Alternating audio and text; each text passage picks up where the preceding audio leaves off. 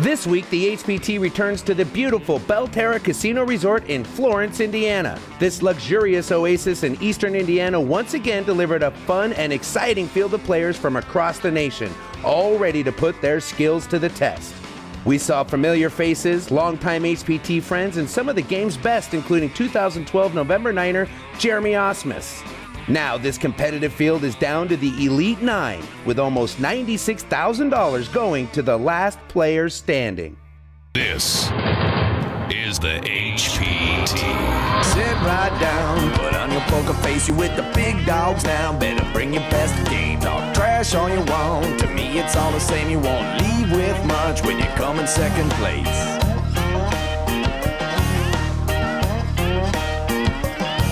I'm the one with the stack showing 7 to the jack. Gon' cry to your mama cause I'm sending you back. I'll be the last man standing with the money in my hand. I'll be the last man standing with the money in my hand. Last man standing with the money in my hand. I'll be the last man standing with the money in my hand.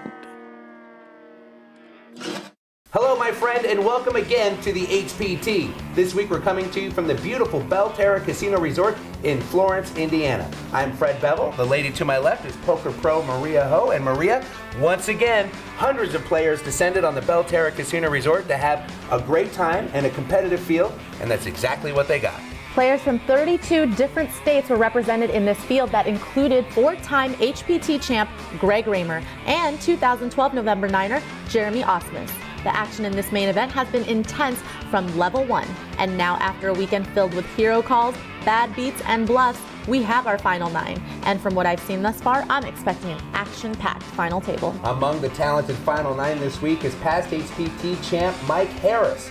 Known as the Cowboy, Mike is a rancher from Wyoming who knows how it feels to sit under the bright lights of a televised final table playing for thousands of dollars. Maria, you've got to give him an edge in experience. I think being on a stage like this before gives him a little edge for as long as it takes for the others to get comfortable and used to the surroundings. After that, it's all about the poker. Most of the chip stacks are healthy, and all of these players have proved they deserve to be here. It is definitely going to take the A game and a little bit of luck to be the last player standing at this final table. Let's take a look at what is on the line and what these players are starting out with, and then we'll get right to the action. Here's a look at what our players will be taking home tonight. First place is $95,000 and change. Second place, almost $60,000. And every player at this final table is going to take home 5 figures. A lot of money on the line tonight, Maria. Here is where these players are starting out tonight. Coming into this final table, we have Matt James leading the pack with over $2.3 million. Mike Harris is in the second spot with almost $2 million in chips. And rounding out the bottom is John Maholik with just $276,000. Blinds at this final table are going to be starting at $10,000 and $20,000 with a $3,000 chip ante. Maria, I just can't get over how beautiful the new 9-handed final table is. It's gorgeous. Ryan Ashman is his name. He sits in the 3 seat, and he has woke up with the best drawing hand in poker, Big Slick. And he is going to make the expected raise to $40,000. Fold by seat 4, Ryan. Ryan Austin folds over to KC. He folds. Crystal folds. This is Rob Matthews. He wakes up with a wired pair. Over to Rob now in the 7. Looks like just a flat call from Rob. Over to Mike Harris. The Cowboy's gonna fold. And this is Ben Grise with the rookie hand, King Jack suited. In the 9 seat. I think he's thinking about completing it here since he's in the small blind and he already has some invested, but I guess he's going to let it go and stay tight early on in the final table. I don't mind that strategy at all. And here is the chip leader, Matt James, in the 1 seat. He does call from the big blind with ace-10 suited. 3 players. And here is our first flop of the day. The flop is 6 of clubs, 10 of diamonds, 6 of diamonds. Matt hits a pair of 10s for top pair. Rob has 7s and 6s. And Ryan Ashman, like you said, best drawing hand in poker, did not connect with this flop. And he checked the flop. Rob led out with his wired pair, made it 60 to go. And over to Matt James, the chip leader, with top pair, top kicker. He's going to just flat call. Too tempting for Ryan to fold the flop here. He's going to go ahead and call. Maria, standard raise with ace-king pre-flop, but then you missed the flop and you check call. Your thoughts? I think I still would like to see Ryan lead out and continuation bet on that flop. I'm not sure how I feel about the overcall once you decide to check and you see that somebody else had called Rob's bet, but maybe he has a plan. Well, all players check the turn here, which was a jack of clubs. That gives Ryan the nut flush draw. Right now, ace-10 still the best of it. And look at the river, a 9 of clubs gives Ryan the nuts. Ace-high flush. And here he comes, trying to get some value out of it. I guess his plan was to go runner for the backdoor flush there, but not a bad plan, worked out. I feel like everybody played their hand fine for the most part. You know, Matt can't really lead the turn after he just calls the flop when the jack hits, and I don't mind Rob checking back the turn there. So they did let Ryan get there, but there was really nothing they could do. Well, Ryan is going to draw first blood at this final table, scooping almost a $500,000 chip pot. Good way to start things out, I'd say. More poker from Belterra Casino Resort when we come back. Welcome back to the HPT from the Belterra Casino Resort Hotel in Eastern Indiana. I'm Fred Bevel. This is Maria Ho. Let's take a look at the updated chip count. Matt James is still holding on to the top spot, and Mike Harris is still following closely behind him. And rounding out our 9 is Crystal Utley and John Maholik. Boy, Maria, it really seems like the haves and the haves not at this table right now. Mike and Matt both stacked over $1 million. Everybody else trying to eclipse the $1 million chip mark. Blinds are now moving up. They're 12 and 24,000 with a 3K ante. Action in this hand is going to start on the 3 seat, Ryan Ashman. He's going to fold over to Ryan Austin. A couple of Ryans at this final table. He lays it down. Casey folds. Crystal folds. Over to Rob again. He's going to raise it up to 52,000 with a suited ace. Raises to 52,000 chips. And now we're back to Ben.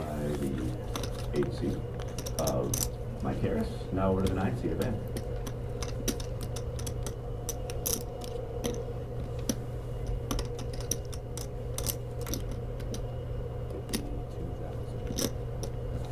I think Ben's contemplating a 3-bet here because I can't really see him just flat calling with such a mediocre hand there. Would you opt to fold in these kind of spots then? I think I would opt to fold in this spot. Obviously, his holding is marginal, and a lot of the final table has to do with game flow. And given the fact that him and Rob had just tangled the pot before, you know, Rob might decide to get a little bit more aggressive this time, and then Ben would just probably have to end up folding.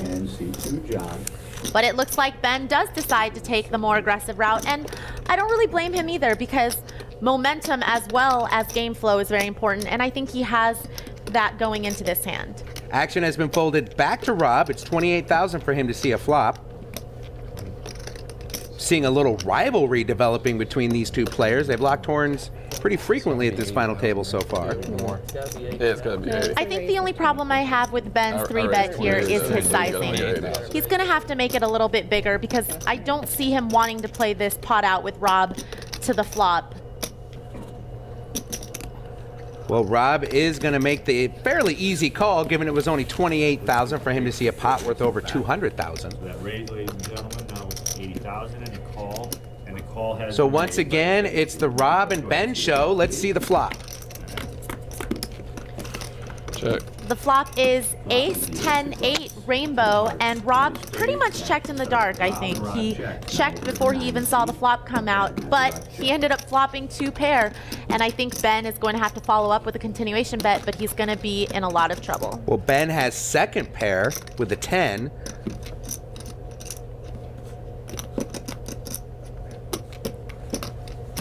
I don't see him not continuing here, but I don't know how Rob's going to decide to play this, whether he's just going to slow play and reel Ben in a little bit more, or if he's going to go ahead and raise it up right here. Ben leads out for 79,000. Bit of an odd number there. Obviously, Rob's not going anywhere. The question is, Maria, do you flat call or do you raise here? I think given the fact that Ben 3-bet before the flop, it is fairly likely that he could have an ace here, and so if I were Rob, I would slow play it. Well, unfortunately, you're speaking a little too softly. Rob couldn't hear you. He did re-raise, and it was an insta-fold from Ben, so over $500,000 in chips going into Rob's stack there. A little bit of revenge from the last hand. Well, so far it's Ben 1, Rob 1, and we'll see how this plays out. The minimum. Should be fun. Action continuing. Blinds are at 12 and 24,000 with a 3,000 chip ante. And that is Mr. Casey Yance, 27 years old, resides in Columbus, Ohio. He's a full-time poker player, said he just had one of the worst swings of his life playing in the Aussie Millions. Halfway around the world is a long way to go to end up a loser. He did, however, finish 53rd in the 2012 WSOP main event, which is quite the accomplishment, and I'm sure that that experience is going to help him here.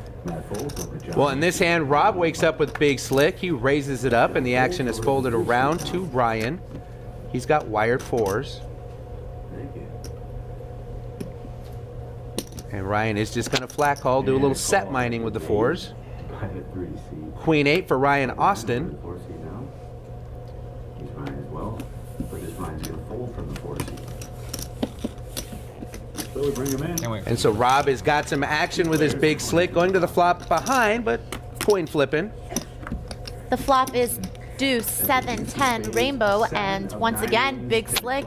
It's a good drawing hand, but it doesn't connect here, and Ryan is still ahead with his pair of fullers. Well, Rob is going to go ahead and continuation bet, makes it 56,000 to go. Sorry, the action starts with Rob, 56,000. And Ryan is not buying it. Doesn't look like he's going anywhere with his baby pair. Yeah, Ryan actually checked. Ryan checked. It was 50. Rob put in a standard continuation bet here, and I don't blame him for doing so, and Ryan's going to get a little bit stubborn with this hand. Even with 2 overcards to his pair, he's going to come along. The turn brings a 3 of hearts, and Ryan is again going to check. Now over to Rob. Game 7 after the check. I think I'd like to see Rob follow it up with another bullet here. He has to feel like Ryan's pretty weak, considering Ryan called from the big blind, and he just check called him on the flop. Do you think the thought of a trap might be going anywhere through Rob's mind here? He just checked the turn. I think it's a little bit paranoid for people to assume when somebody check calls them on the flop and checks again on the turn that they're trapping. You really have to be the one putting someone to the test here, and you can't always fear that they might have a huge hand. Well, Rob is going to see the bad news. Ryan's fours are the best, and you see Rob shaking his head. Maybe he thinks he missed an opportunity by checking through that turn. We'll never know. More poker when we come back. Welcome back to the Belterra Casino Resort in Eastern Indiana. Here is our updated chip count. Not much movement going on at this final table. We see that Matt and Mike still maintain the top 2 spots, while Crystal and John are still treading water. Ryan Ashman has finally breached the million chip mark, but still only 12% of the chips in play. And you can see with the big blinds, everybody's doing pretty okay. But when you get to Ben, it starts at 17 big blinds and then dwindles down from there. Maria, I suspect we're going to see quite a bit of all-ins here in the next few hands. People are going to have to start shoving and a little bit lighter than I think they want to. Rob is going to start the action here. He's going to fold. This is Mike Harris, also known as the Cowboy. He's a past HPT champ, won in Colorado. He is second in chips and been pretty quiet at this final table so far. He's going to lay it down. So does Ben. So does Matt. Over to the 2 seat of John now. And John, the last time he played, he went all in, and he's going to do it again this time. 9-6 suited is pretty light, but given his position, I don't mind that so much. Let's see if he gets action. So far, the players are folding over to Crystal Utley. Only $190 invested into this tournament. Well, she is going to take home a lot more than that, even if she decides to call him here. She decides to fold. And once again, John's open shove is going to scoop him the blinds and the antes. Kinds of support from. I'm glad that John's showing the power of opening up your all-ins so that you can be picking up the blinds and antes, and he's increased his 10 big blind chip stack by 2 big blinds practically right there. And first act will be Ben in the 9. Action in this hand will start with the 9 seat, Ben Grice. Wired 9s again. Last time we saw Ben with 9s, he just limped. Let's see what he does here.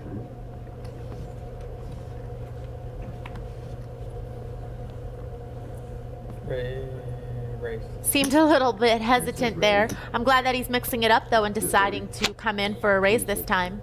It's 50 all day. Raises to 50,000. Makes it 50,000 to go. Over to the chip leader, Matt James. He's going to fold. Matt, fold by John in the 2. And Ryan's going to wake up with a big hand with ace queen, and he's going to go ahead and call. Call from the 3 over to the other Ryan in the 4. I think given the fact that Ben has only about 15 big blinds, Ryan should really be 3-betting this hand here and calling Ben if he goes all in. Well, Ryan does not heed your advice. He is just going to flat call. And look at this. Ryan Austin right behind him goes all in with queen jack offsuit. Okay, well, I definitely don't like Ryan Austin deciding to shove here with queen jack. Ben opened from under the gun with a 15 big blind stack. He had Ryan Ashman, who's been playing fairly tight, just flat call. He's not going to have a lot of fold equity against these players' hands. Well, Ben has the best of it, and I suppose he might as well just pull the trigger and go all in, huh? And Mike Harris is going to fold. And now it's And that's what he does. 9-seed. Three-way action. The action is on the 3-seed. Ace queen's going to fold. He's going to fold. Good luck. Well, that's good news for Ryan Austin because he was dominated by Ryan Ashman's ace-queen, and now he has 2 overs to Ben's pair of 9s. Well, Ben hoping to fade paint on the flop, turn, and river here. Almost 700,000 chips in this pot, Maria. This is what they call a swing pot. Makes it way better. Yeah, it would be good for either of these players right now to add more chips to their stack, and it's going to be the luck of the draw, I guess. The flop brings deuce, king, 7 with a couple of hearts. So far, Ryan's 9 still the best. Face the diamonds first, what? You aren't even greedy, I like it. I think after Ryan Ashman saw these 2 hands get flipped up, I think he's kind of regretting how he played that hand. Turn brings a 3 of hearts. That cuts outs for Ryan Austin. Ben is holding the 9 of hearts. Ryan's going to need a non-heart queen or a jack on the river to double up, or else he will be our 9th place finisher. On to the river we go. Let's go ahead and see the river card, please, Chris. And that river card. And the river is another heart, giving Ben the flush. Good luck, guys. And that is going to do it for Ryan Austin. He's going to be leaving us in 9th place as he shakes the hands of the players at the table, wishing them best of luck. Let's hear what Ryan has to say about his play and the other players' play at this final table. A little disappointed. I lost a couple big pots at the end of day 2, so I came in short. There wasn't really a whole lot I could do. Didn't get much going. Absolutely, I'll be playing more HPTs. Great staff, great structure. Thank you, Ryan. Hope to see you again soon. And we return with the blind still at 12,000, 24,000 with a 3,000 ante. Action folding around. We are on the cowboy, Mike Harris. He's got 7 queen offsuit. Into the muck it goes. Over to Ben. He's going to fold. The chip leader, Matt James, lays his hand down, and it's mom and dad. King queen for John, and he's going to go all in again. This time he might get action, Maria. I believe he has somewhere in the neighborhood of 10 big blinds, and Ryan Ashman is going to call that, rightfully so, with the pair of 6s. Players folding around behind him. Casey and Crystal out of the way. So John, this time he's got some action. He's going to find that he's behind, but not by a whole lot. He's going to hope to find a king or a queen on this flop to double up. Maria, I got to admit, I have a soft spot for John Maholik. I kind of wanted him to see go deep. He's a former club owner, now a music promoter, wrote a book about the music industry, rode a bike from San Francisco to LA. I don't know why in the world anybody would do that. And look at this flop. I think your prayers have been answered here as John flopped the nut straight, and all Ryan can do is hope for a runner to chop, or else John is going to double up. The turn is not one of the runners he needed for runner. He's drawing dead after the turn, and from the outhouse to the penthouse is John Maholik's chip stack. He now has over 400,000. That is quite the impressive resume of life's activities there for John, and he can add this HPT final table to that. Come back for more poker action. Welcome back to the HPT. The championship is almost here. Let's take a look at the updated chip count. Matt and Mike still dominating the top spots, and there's kind of a middle of the pack thing going between Casey, Ryan, and Ben.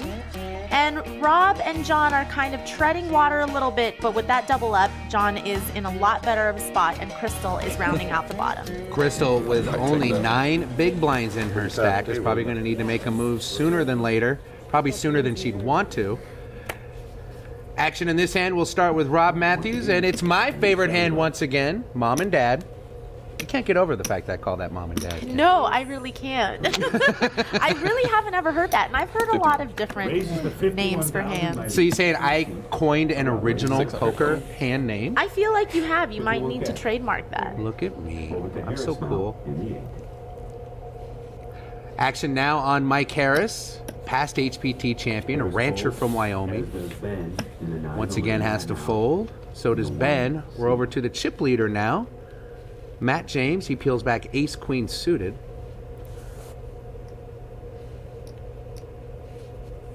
Matt, for being the chip leader, has been a little bit quiet, a little demure at this final table, but he's going to go ahead and call with ace-queen suited here. And right behind him, John Maholik wakes up with wire tens. And this is something he's done a few times already. He is going all in. And now over to Ryan Ashman. He folds. Casey folds. And with a little less than 20 big blinds, John sees this as a really good opportunity to double up with what he believes is the best hand. Well, Casey and Crystal quickly fold, and Matt does make the call, so we are flipping a coin for John's tournament life. You know, John Maholik started this final table as one of the short stacks, and now he's on the verge of almost eclipsing $1 million in chips. Talk about a comeback. If he could win this flip here, he would be in a really good spot to take over the top 2 chip stacks as he is in this hand against Matt, who is the chip leader. The flop brings 10, 8, 5, all spades. John hits top set. Unfortunately for him, Matt not holding a spade. Matt doesn't have a whole lot to work with on this flop, as you can see with ace-queen. He's drawing dead to either runner-runner Broadway or runner-runner spades for a chop. The turn brings a jack. That's one of the outs Matt needs for Broadway. Now he's hoping to find a king on the river to ruin John's day. Otherwise, John's going to double up. It's always a bit of a sweat. Even when you flop top set in this situation, John does not look comfortable, but he is going to fade the king, and it's the 3 of diamonds that comes on the river, and John is going to double up again, which, like you said, puts him almost at the 1 million chip point. Not so short anymore is John Maholik, from one of the short stacks to now 3rd in chips. Yeah, just behind Matt James and the Cowboy Mike Harris. Blinds continuing at 12 and 24,000 with a 3K ante. And this time it looks like the action's going to start on Mike. Fortunately for Mike, he remains card dead. We haven't seen him play a whole lot yet. Not really a ton, and it's not fitting his image here with his sunglasses and his cowboy hat. I'm sure he wants to get in there. Kind of has a Hoyt Corkins thing going for him, doesn't he? A little bit. Ben wakes up with wired queens. And as expected, Ben's going to raise. Ben just min raises to 48,000. And now John Maholik suddenly doesn't have to shove anymore. He's just going to flat call with queen jack suited. John definitely has a playable post-flop stack, and he is going to go ahead and see a flop with a speculative hand here. Well, not so fast, because action is on Crystal. She has a weak ace and only 9 big blinds in her stack, and that's expected, right? She's going to go ahead and go all in. Actually, I don't love Crystal's shove all in here, given the fact that Ben opened an early position and John flat calls. I think she could expect to be dominated here a lot, and even with her stack size, I think it's a fold. Well, now the real question is, Ben with wired queens, do you just flat call here, or do you reshove to isolate? I would definitely reshove to isolate here. Crystal's put in 9 big blinds effective. The pot's already getting pretty big, and Ben shouldn't be greedy, considering he could easily be against a 3-outer with John holding an ace. So I would reshove. And that's exactly what Ben does. He does reshove, and that gets rid of John. So we are heads up here. Crystal only with a live ace. She does hold diamonds, so a couple of diamonds on the flop would create a sweat. Crystal Utley, only $190 invested in this tournament, trying to hang on through the river to stay alive. Here comes the flop. The flop is 399, 2 clubs, and Ben is still in the lead. Crystal is going to need an ace here on the turn or the river to survive. And here comes the turn as Crystal waits on pins and needles. There's her husband. The turn is a 6 of clubs. That's still no help to Crystal. She is down to 1 card on the river, hoping for an ace, but otherwise she will be eliminated. An ace and only an ace is going to save Crystal on the river. Let's see it. Let's go ahead and see the river card, Tiffany. And the river card is... And Crystal doesn't find her ace on the river, and she will be eliminated in 8th place. We didn't get to see Crystal play a lot today. She's been card dead, got dwindled down to just a handful of big blinds, shoved with a weak ace against Maria's advice, and she is going to leave us in 8th place. Let's hear what Crystal has to say about her play and the play at this final table, and what she's going to do with that bounty she just won off $190. I played as good as I could. I wasn't getting any cards. I had to ship it when I felt like I had a chance, and that's when I did it. So I figured I had one overcard. I figured he had a pair somewhere, between. So I was hoping I'd flop a flush. Even though I'm out, the cash is great. You can do a lot with $12,000. So I'm excited. Anything today was good. We're finally picking up a little steam here with 2 eliminations. We'll come back to the 7-handed final table after the break. Welcome back to the HPT from the Belterra Casino Resort. We are 7-handed on the road to a champion. There's a lot of movement as we take a look at the chip counts. Mike Harris has overtaken the top spot here, but Matt James is still keeping a close second. Ben Grice and John Maholik had a surge in the last couple of hands and now is in the 3rd and 4th spot. You can see the swings. John has improved by over $500,000 in chips. The other side of that spectrum, our former chip leader Matt James has declined almost $500,000 in chips as we continue at 12 and 24 with a 3K. Matt is going to fold over to John Maholik. He folds over to Ryan. Not good enough. Casey gets out of the way. And over to Rob Matthews. Rob is going to raise it up with wire jacks. I'm going to get out of here. And once again, the Cowboy has to fold. No, thank you. He folds. Action is on Ben here, and he is deciding what to do. Number 9, rather. Looks like Ben's going to flat call. Oh, but we can't see Ben's cards. It must be the mystery hand. Maria, let's put your Poker Pro hat on and tell me what Ben's holding. Okay. About 3 inches. Here comes the flop. It is 8-6-5 with a couple of diamonds. 5 of diamonds. Ben checks. Start right here. Rob is going to continuation bet here. He has an overpair to the board. Ben and Rob have tangled before, so I'm sure, especially considering this is the mystery hand, that we're going to see a little bit of action. Could be a flush draw. Maybe he hit top pair. What are your thoughts so far?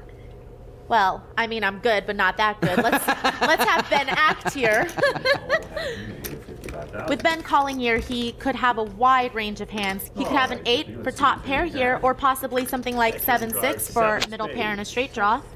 The turn is a 7 of spades. This board is getting more and more coordinated. Rob can't love that with his jacks, and it goes check, check. And the river brings another 8. If Ben checks here, I would find it hard to believe that he's holding an 8 in his hand. He decides to check, and Rob checks behind. And wow, Ben had 9-8 for a straight, and I think that's a bit of a misstep there for Ben. I think I would have liked to see him lead there. When Rob checks the turn back, I think it's fairly obvious that Rob wasn't going to do the dirty work for him on the river. Again, excellent point from our resident pro, Maria Ho. Maria, do you think he would have gotten paid on the river if Ben had bet? Definitely. With the board pairing on the river, I think Rob kind of has to call. Depends on the bet size, but Rob is most likely going to pay off a river bet. So a little money left on the table there, in Maria Ho's opinion. On to the next hand here. It's been folded to Ryan Ashman. He wakes up with my favorite hand. It's making a lot of appearances today, and of course raises to 75. Mike Harris again forced to fold. Back to Ben. He folds King Jack. And over to Matt James with ace-10. Matt started as the chip leader, has lost that lead to Mike Harris in recent hands. Matt's 36 years old, resides in Hamilton, Ohio, works as a manufacturing technician, maintaining and operating machines that produce Ford Motor Company's cars. I just bought an Edge. I love it. Are you trying to get a Ford sponsorship, Fred? Wouldn't mind it. Can't lie. Matt is going to make the call here. Maria, do you like the call, or would you like to see a 3-bet from Matt in this spot? I like the flat call from Matt here from the big blind. Last time we saw him 3-bet with the same hand, but it was a completely different scenario against a late position raiser. So here when he's out of position against a fairly tight Ryan, I think calling's the best way to go. Well, both players miss here with a 6-3-7 flop. Now I think the person who's going to win this pot is the person who's going to be the most aggressive. And it looks like Matt wants to take that role on as he's reaching for chips, and he decides to lead into the pre-flop raiser here. Makes it 80,000 to go, and Ryan with just king high cannot continue on, and just like that, over $250,000 in chips is going to go back to the former chip leader.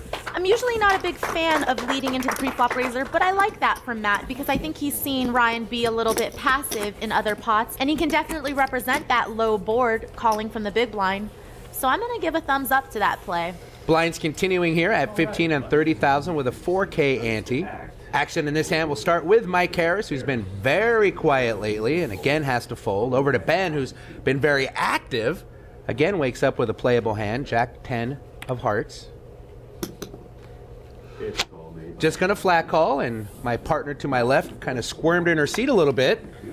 I didn't know I was making it that obvious. That I'm not a huge fan of this limp. It's getting a little bit short-handed. You know, we're playing seven-handed now, and I think Ben needs to just start opening with hands like this. Well, the players behind him have all folded, and now we're back to Rob in the big blind, who's just going to check his option with 7-5 offsuit. And once again, it's Ben and Rob going at it. The flop is deuce 7-6 rainbow. Rob connects. Rob hits top pair here with his sevens, and he decides to check it over to Ben, who's going to bet now. And Rob quickly check raises all in, prompting Ben to fold just as quickly. And Rob's going to take down this pot. Rob is 25, lives in Shelbyville, Kentucky. Let's get to know Rob a little bit better. I'm Rob Matthews. I'm from Lexington, Kentucky, and I'm getting an MBA at the University of Kentucky right now. I'm a little anxious, but I'm also pretty well prepared since I've played with all the players for over 2 days, and I'm pretty comfortable with their playing styles, and I got about an average chip stack, so I think I'll be able to work my way through the group. And then I've got the cowboy on my left who has 3-bet me like 15,000 times, and he shows me an ace or ace king every single time, so it's pretty much play straightforward. I'll just try to pick up some pots when I can. We see these players getting a little more aggressive. Let's see who stays aggressive as we come back for more poker action. Welcome back to the HPT with Maria Ho. I'm Fred Bevel. We are getting very, very close to our newest HPT champion. Let's take a look at the updated chip count. Here's the latest from the leaderboard. Mike and Matt seem to be battling it out for the top spot here. They're very close in the first and second position, with just a few chips separating the two of them. And on the bottom, we have Rob Matthews and Ryan Ashman with just under 20 big blinds each. 18 and 16 big blinds to be specific. Maria, is that an auto shove stack there, or is there a little room to play? There's a little room to play. They can definitely still open, fold, and also shove against a pre-flop raiser and have fold equity, so we'll see how they maneuver this chip stack. Action is folding around to John in the 2 seat. We continue at 15 and 30,000 with a 4K ante. John wakes up with wired 10s. He's going to make it 65,000 to go. And that's going to get rid of Ryan. And over here, Casey wakes up with Big Slick. We haven't seen Casey a lot today. And I think he's going to put in a 3-bet here with Big Slick. The question is, how much? Casey started this hand with a little over 700,000 in chips. And it looks like he's going to put 205,000 of those chips in the pot. Casey has roughly 25 big blinds, so I expect that all the chips are going to get in the pot here. Action has been folded back to John with a wired 10s. Maria, you wake up with a wired pair, you open the pot, and then you get re-raised from the middle. What do 10s feel like to you right now? I think given the fact that Casey has about 25 big blinds, John's going to probably go all in here. But if the stacks were a little bit deeper, then John's kind of in a tough situation. Well, John is getting an inventory on Casey's chip count. And I think that's exactly what he's mulling over in his head, Maria. Just go all in here. You got the short stack that just put in a quarter of his stack. I think John's expecting Casey to call here if he goes all in. And I think John's just trying to make sure that he's going to have the best of it. All in. Well, he does go all in. And no way Casey's John folding, puts right? No, he does not. He makes the quick call. And once again, we see another classic race situation, as is the case in so many of these final tables. Sometimes it just comes down to a coin flip. Ace King versus wire 10s. Casey's tournament life on the line, and look at that. Trip aces on the flop. King. Okay. Oh, and Casey's getting a little bit greedy here, calling for the king. That almost makes me want to see a 10 on the turn. Well, I'm sure John wants to see a 10 on the turn as well. It does not happen for him. It's a queen of diamonds, so now a 10 and only a 10 is going to keep John from doubling up Casey. And the river is another queen, and that means Casey's going to double up here. And for John, I mean, he's climbed the chip ladder all day long, started as one of the short stacks, climbed to one of the top stacks, but that is all wiped out in one hand. I'm surprised Casey didn't get punished there by the poker gods. I'm going to have a chat with them.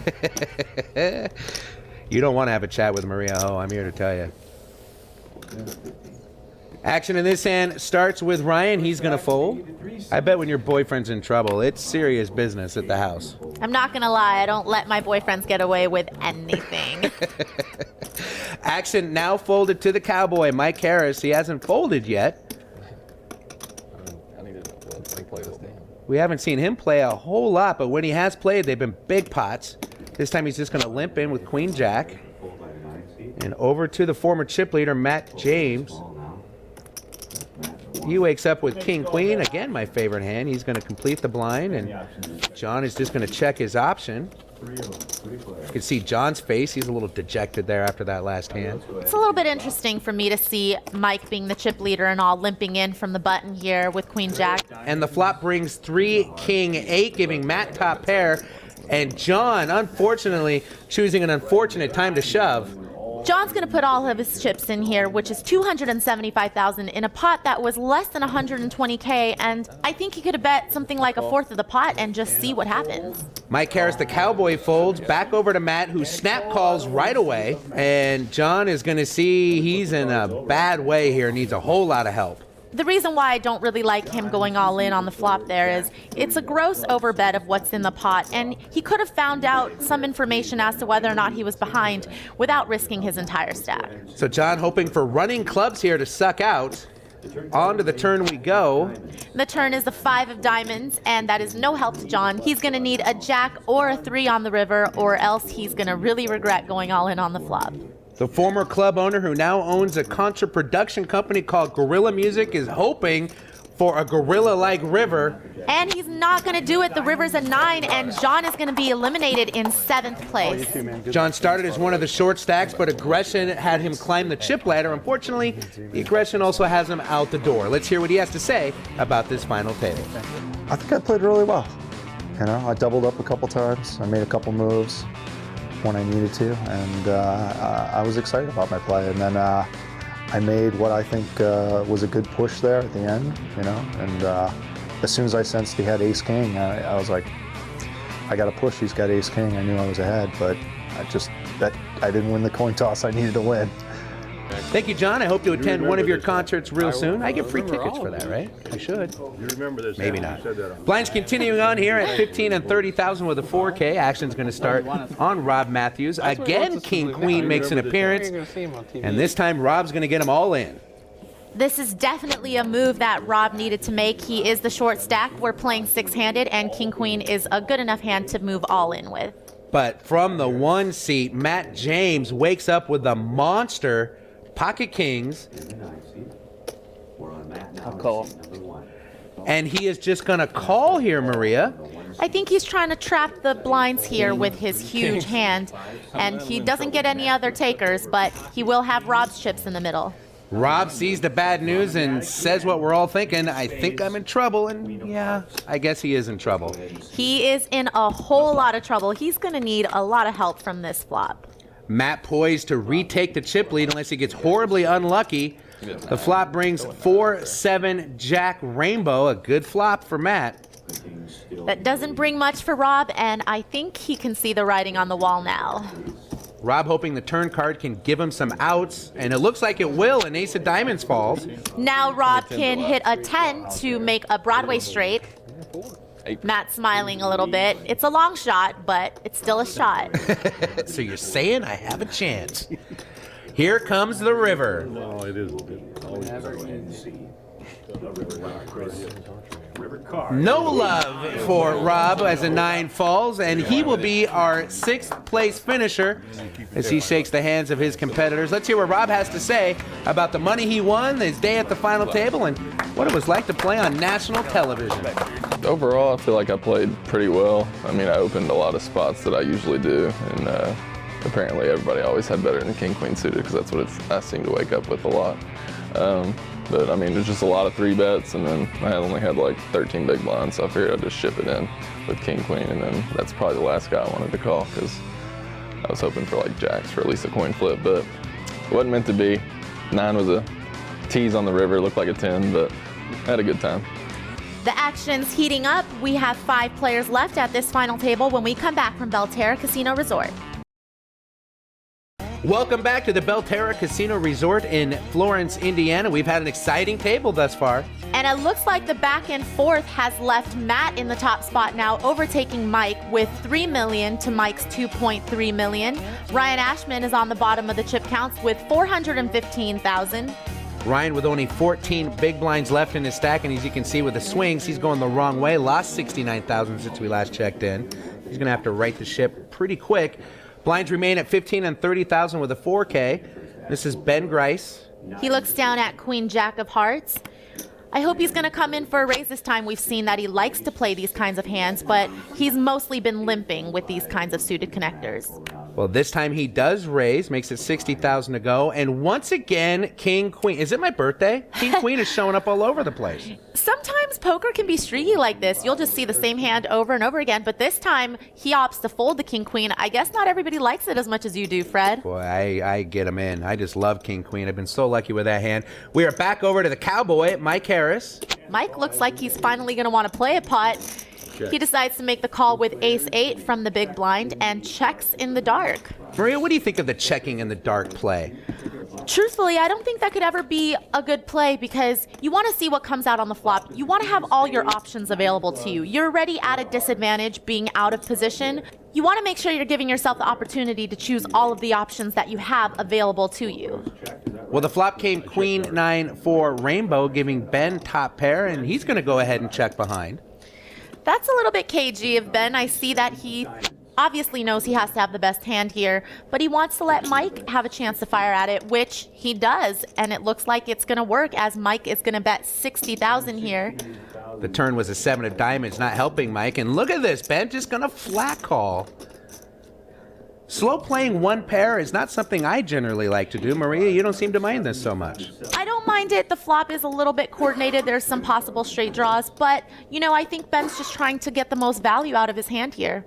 Well, the river brought a 7 of spades, and Maria, it looks like Mike is going to fire a second bullet here on just a stone-cold bluff.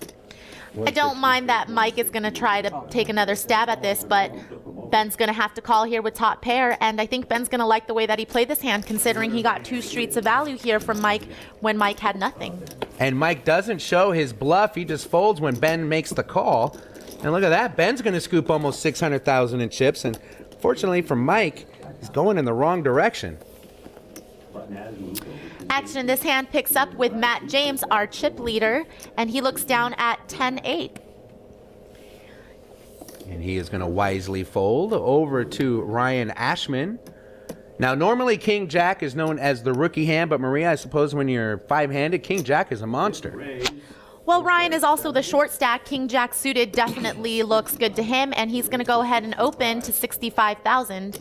And look at this. Mike Harris is going to play 2 hands in a row. And again, King Queen makes an appearance. Maria, did you let the dealers know that was my favorite hand or something? I just wanted to give you something to talk about this episode. I appreciate it. Mike just calls here, which I'm not sure if I like, given the fact that Ryan only has about 15 big blinds. I think Mike should have 3-bet and called Ryan's all-in or just folded. The flop is Jack, 3 deuce rainbow, and that's a great flop for Ryan Ashman. Ryan's going to pull ahead with this flop by out-flopping Mike and pairing his Jack.